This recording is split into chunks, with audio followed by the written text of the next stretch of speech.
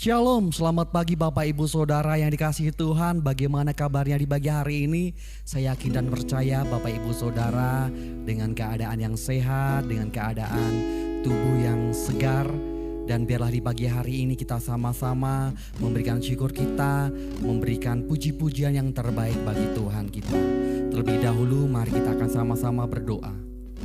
Bapa kami yang penuh dengan kasih, pagi hari ini kami bersyukur Tuhan karena Tuhan menyatakan kebaikan di dalam kehidupan kami.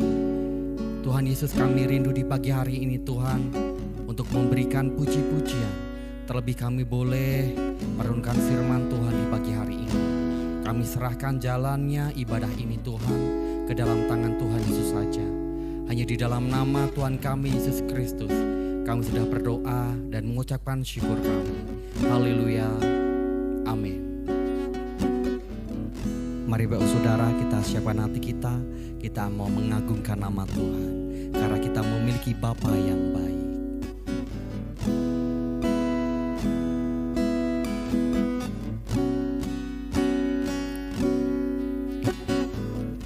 Bapakku yang baik,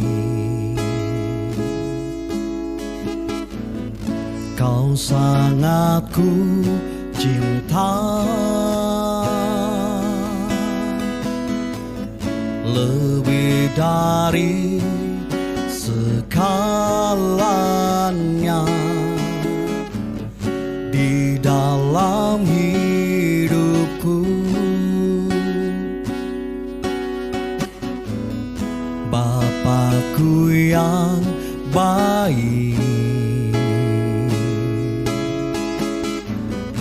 Engkau yang ku perlu, lebih dari segalanya, kasih-Mu bagiku.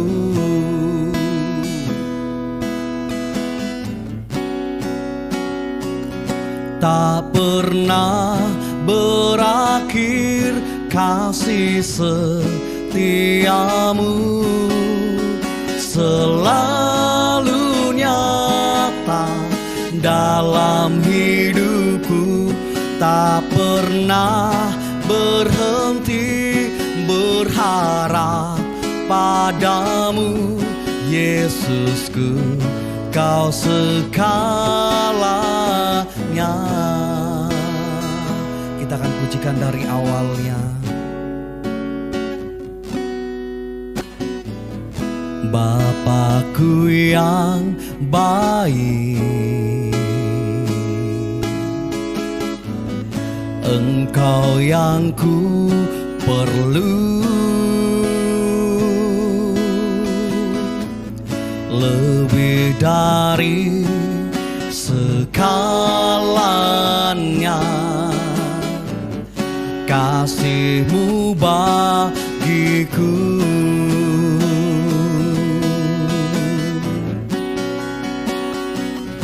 Tak pernah berakhir kasih setiamu, selalu nyata dalam hidupku. Tak pernah berhenti berharap padamu, Yesusku, Kau segalanya. Tak pernah berakhir, tak pernah berakhir kasih setiamu, selalu nyata dalam hidupku. Tak pernah berhenti berharap padamu, Yesusku, Kau segalanya.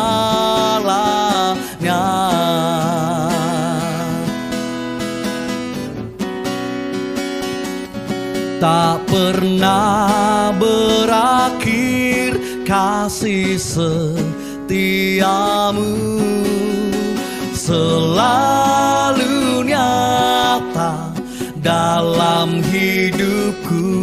tak pernah berhenti berharap padamu, Yesusku, kau segalanya. Yesusku, kau segalanya.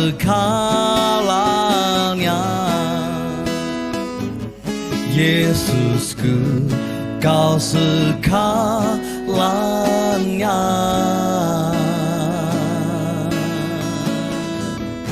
Mari sembah, mari naikkan pujian. Haleluya, haleluya, haleluya. Oh, haleluya. Sikiara la la maya la la oh. Haleluya. Sikiara la la maya la la maya la oh. Haleluya. Haleluya. Oh,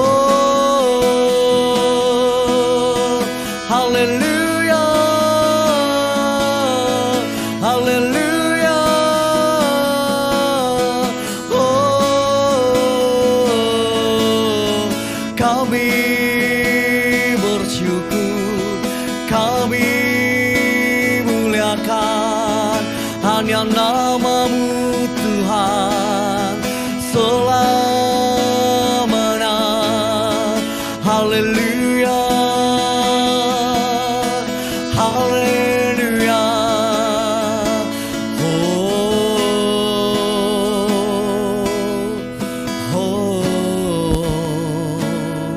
Hosana bagi Engkau. Haleluya, haleluya. Bapa yang penuh dengan kasih, Bapa yang penuh dengan berkat, pagi hari ini Tuhan kami sudah menaikkan puji-pujian kami.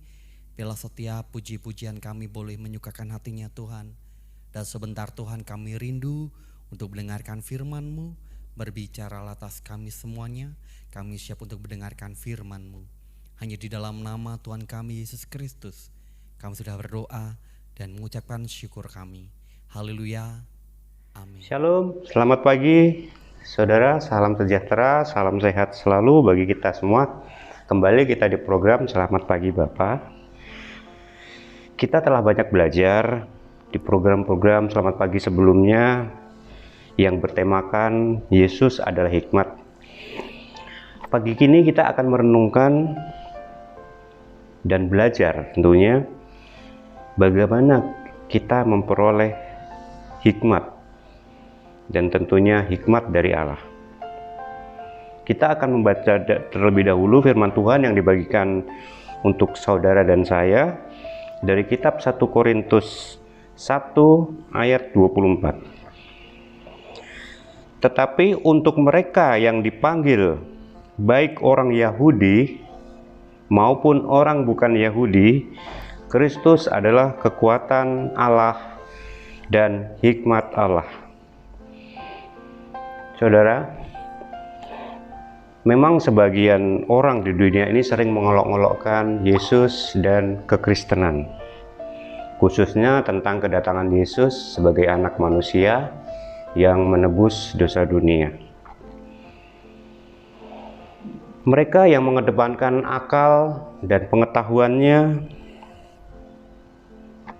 meyakini bahwa cerita tentang Yesus adalah suatu kebodohan bagi mereka yang tidak percaya, yang Yesus 100% Tuhan dan 100% manusia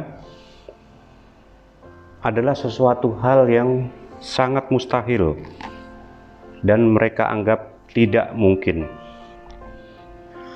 Namun firman Tuhan yang kita baca tadi menegaskan bahwa kita orang-orang yang dipanggil atau orang percaya, Kristus adalah kekuatan Allah dan hikmat Allah. Sama-sama kita telah belajar hikmat adalah kearifan atau kebijaksanaan, dan Yesus adalah kuasa dan kebijaksanaan Allah. Jadi artinya ketika kita menyaksikan Kristus, kita menyaksikan hikmat Allah, kebijaksanaan Allah, kebesaran Allah, keagungan Allah, dan pribadi Allah. Banyak firman Tuhan yang menceritakan bahwa di dalam Yesus ada hikmat Allah. Bahkan ketika Yesus masih berusia 12 tahun, diceritakan kala itu Yesus sedang duduk di tengah-tengah pemuka agama, dan mereka takjub dan heran akan kecerdasan Yesus dalam menjawab setiap pertanyaan-pertanyaan yang mereka lontarkan. Saudara bisa membacanya di Lukas 2 ayat yang ke-46 sampai ke-47. Dan di sepanjang pelayanannya, orang-orang Farisi banyak mencobai Yesus dengan pertanyaan-pertanyaan yang menjebak, tetapi dengan hikmat Allah, Yesus dapat menjawabnya. Selain itu, hikmat Allah juga terlihat dari perkataan-perkataan Yesus sewaktu dia memberi pengajaran. Dan hikmat yang ada di dalam Yesus juga terlihat dari mukjizat-mukjizat yang dilakukan Yesus. Saudara yang dikasihi Tuhan, jadi kita sama-sama belajar betapa hebat dan luar biasanya hikmat Allah itu. Dan betapa beruntungnya jika saudara dan saya dapat beroleh hikmat, yang tentunya hikmat yang berasal dari Allah. Lalu pertanyaannya, bagaimana kita dapat memperoleh hikmat? Mari pagi ini kita belajar bersama-sama dan kita memperhatikan, kita merenungkan apa dan bagaimana hikmat itu bisa diperoleh. Saudaraku, yang pertama adalah sering-seringlah membaca Alkitab atau firman Tuhan. Dalam 2 Timotius 3 ayat yang ke-15 dikatakan, "Ingatlah bahwa dari kecil engkau sudah mengenal kitab suci yang dapat memberi hikmat kepadamu dan menuntun engkau kepada keselamatan oleh iman kepada Kristus Yesus." Seperti kita ketahui, Timotius adalah pengerja dari Paulus. Pak Timotius dipercayakan oleh Paulus menggembalakan jemaatnya pada usia yang masih muda. Dan Paulus menyadari bahwa pelayanan Timotius tidaklah mudah, banyak menghadapi tantangan. Untuk itu, Paulus mengingatkan bahwa kitab suci atau Alkitablah yang dapat memberi hikmat dalam menghadapi tantangan itu. Saudara, Alkitab adalah firman Tuhan yang tertulis, dan Yesus adalah firman Tuhan yang hidup. Jadi, ketika saudara dan saya membaca Alkitab, sebenarnya kita sedang berkomunikasi, kita sedang bersekutu dengan pribadi Tuhan. Ketika kita membaca Alkitab,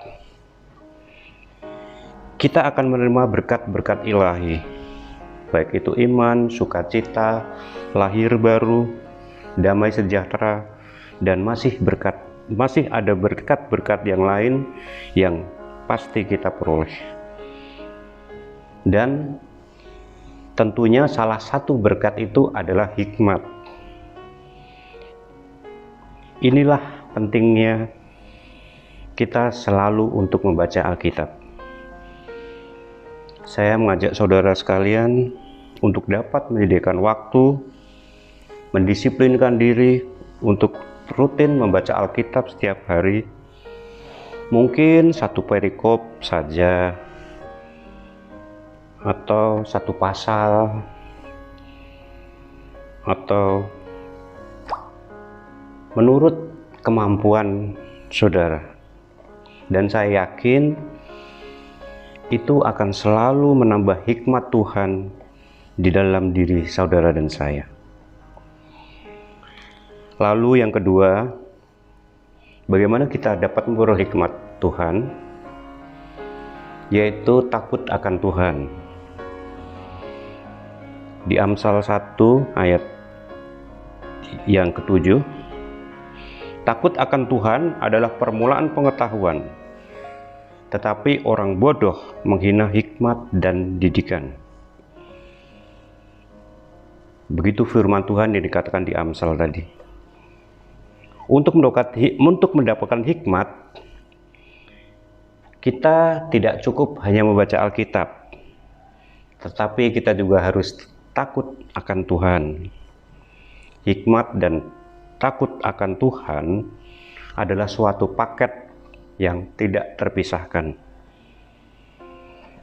Saudara, pada umumnya orang-orang yang berhasil dalam hidup adalah orang-orang yang memilih hikmat dan pengetahuan. Orang tua kita dan banyak orang tua lain berjuang agar anaknya mendapatkan atau memperoleh pendidikan yang tertinggi, setinggi mungkin. Tapi kita lihat banyak kenyataan, banyak orang yang tidak dapat menyelesaikan pendidikan sesuai apa yang mereka harapkan karena berbagai alasan. Namun ayat di atas menegaskan bahwa orang yang takut akan Tuhan akan mendapat pengetahuan dan hikmat. Jadi saudaraku, kita tidak perlu berputus asa atau rendah diri jika kita karena sesuatu hal tidak mempunyai pendidikan yang cukup tinggi. Firman Tuhan menjanjikan dan mengatakan, jika kita takut akan Tuhan, pasti kita akan memperoleh hikmat dan pengetahuan. Orang yang takut akan Tuhan adalah orang yang menghormati Tuhan, selalu mengutamakan Tuhan, dan melakukan perintah-perintah Tuhan. Apakah saat ini saudara sedang rindu untuk memperoleh hikmat?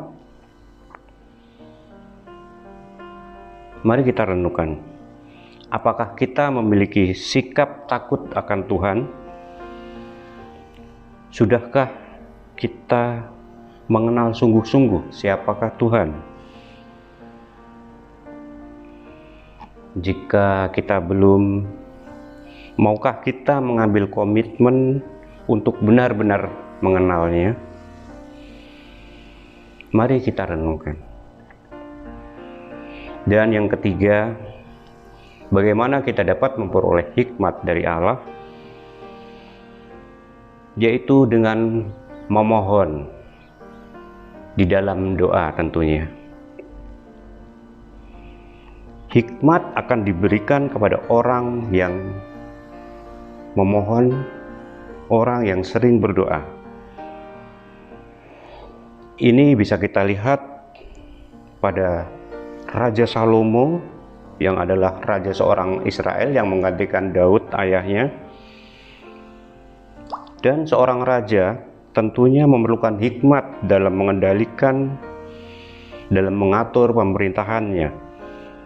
Dan Alkitab mencatat Salomo adalah seorang raja yang terkenal dengan hikmatnya. Lalu bagaimana Salomo mendapat hikmat Allah? Tak lain adalah Salomo menghadap, berdoa, dan memohon hikmat Tuhan. Berilah sekarang kepadaku hikmat dan pengertian, supaya aku dapat keluar dan masuk sebagai pemimpin bangsa ini. Sebab siapakah yang dapat menghakimi umatmu yang besar ini?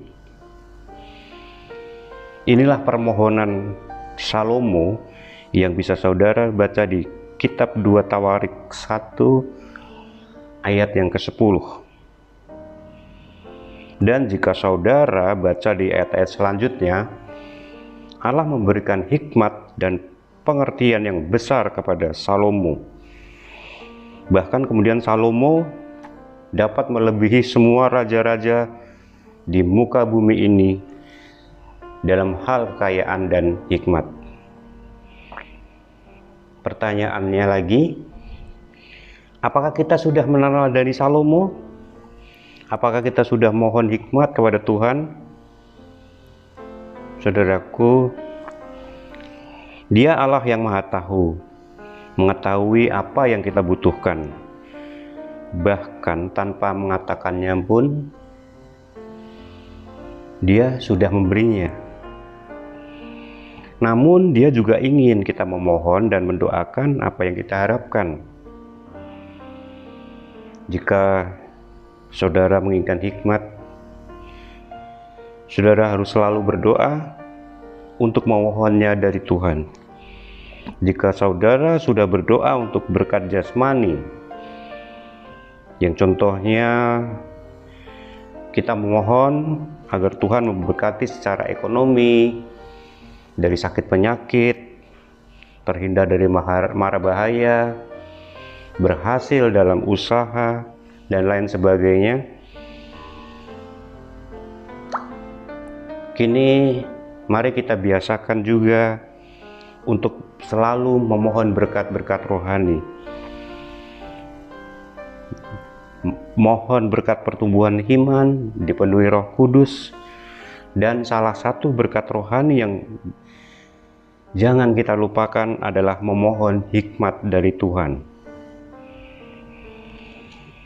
Semoga kita bisa menjadi orang yang lebih berhikmat dengan kedisiplinan kita membaca Alkitab, dengan takut akan Tuhan dan selalu bersekutu dan berkomunikasi di dalam doa. Kiranya hikmat Tuhan akan mengalir dalam kehidupan kita, dan pola pikir kita akan diperbaharui dan menjadi bijaksana dalam Tuhan. Dan tentunya banyak orang akan diberkati melalui kehidupan kita. Amin. Mari kita berdoa. Allah Bapa yang kami kenal dalam Yesus Kristus, kami bersyukur jika pagi ini kami diingatkan untuk betapa pentingnya memperoleh hikmat yang hanya daripada-Mu.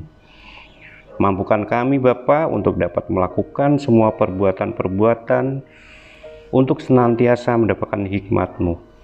Mampukan kami selalu berkomunikasi dengan-Mu, dengan mendisiplinkan diri kami membaca firman-Mu, dan tanamkan pada diri kami pribadi yang takut akan Engkau. Dan ingatkan kami untuk selalu bersandar kepada-Mu melalui permohonan di dalam doa-doa kami. Bapa, dengan segala kerendahan hati kami mohon hikmat daripada-Mu. Kami sangat memerlukan hikmat-Mu Bapa. Biarlah kemuliaan-Mu dinyatakan dalam setiap hikmat yang telah Engkau berikan. Dalam nama Tuhan Yesus kami telah bersyukur dan berdoa. Haleluya. Amin. Kita akan memasuki saat teduh. Tetapi apa yang bodoh bagi dunia dipilih Allah untuk memalukan orang-orang yang berhikmat, dan apa yang lemah bagi dunia dipilih Allah untuk memalukan apa yang kuat.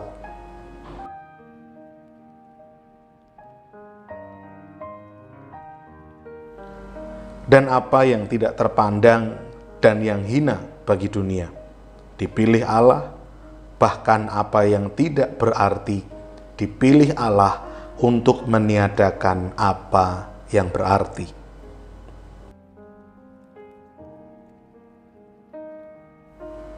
Supaya jangan ada seorang manusia pun yang memegahkan diri di hadapan Allah.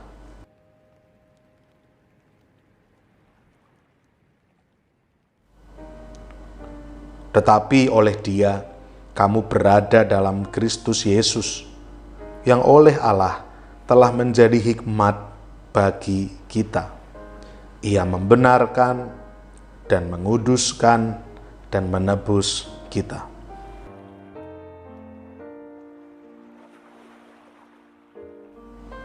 Karena itu seperti ada tertulis, barang siapa yang bermegah, hendaklah ia bermegah di dalam Tuhan.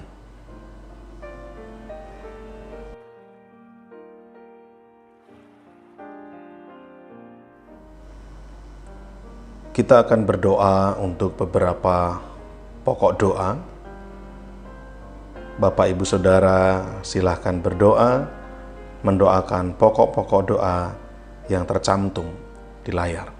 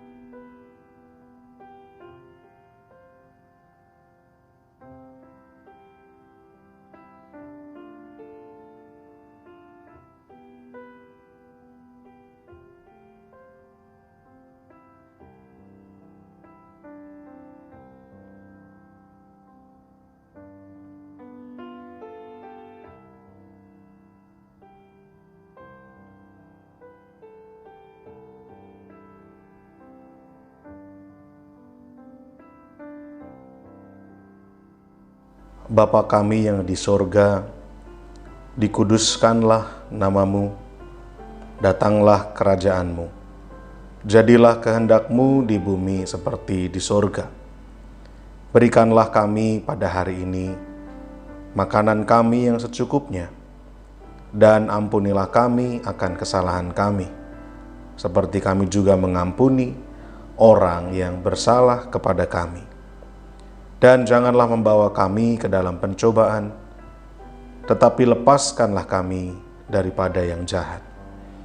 Karena Engkaulah yang empunya kerajaan dan kuasa dan kemuliaan sampai selama-lamanya. Amin.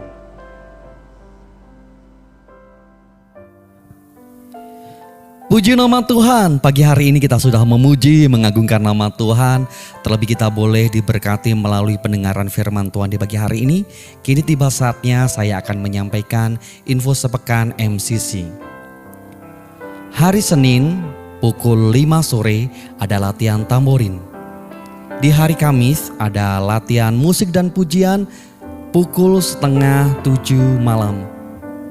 Di hari Jumat ada menara doa di Hotel Haris pukul 6 sore. Di hari Sabtu ada ibadah muda remaja Metanex pukul 5:30 sore. Dan di hari Minggu bagi Bapak Ibu Saudara yang memiliki putra-putri bisa bergabung di ibadah sekolah minggu setiap hari Minggu pukul 7:30 pagi. Dan di sorenya kita berjumpa kembali di ibadah raya MCC pukul 5 sore. Demikianlah info sepekan yang bisa saya sampaikan di pagi hari ini. Mari Bapak Saudara, kita akan tutup dan akhiri ibadah kita di pagi hari ini. Tuhan Yesus, kami bersyukur Tuhan untuk pagi yang indah ini. Kami boleh menerima banyak sekali berkat-berkat dari Tuhan. Dan biarlah setiap kami Tuhan bekali dengan firman-Mu, Tuhan bekali dengan berkat-berkat-Mu, sehingga apapun yang kami kerjakan, apapun yang kami lakukan di hari ini, dari pagi hingga petang nanti, kiranya Tuhan senantiasa memberkati kami. Terima kasih Tuhan, sepenuhnya aktivitas kami dari pagi hingga petang nanti kami serahkan ke dalam tangan Tuhan. Hanya di dalam nama Tuhan kami Yesus Kristus, kami sudah berdoa dan mengucapkan syukur kami. Haleluya.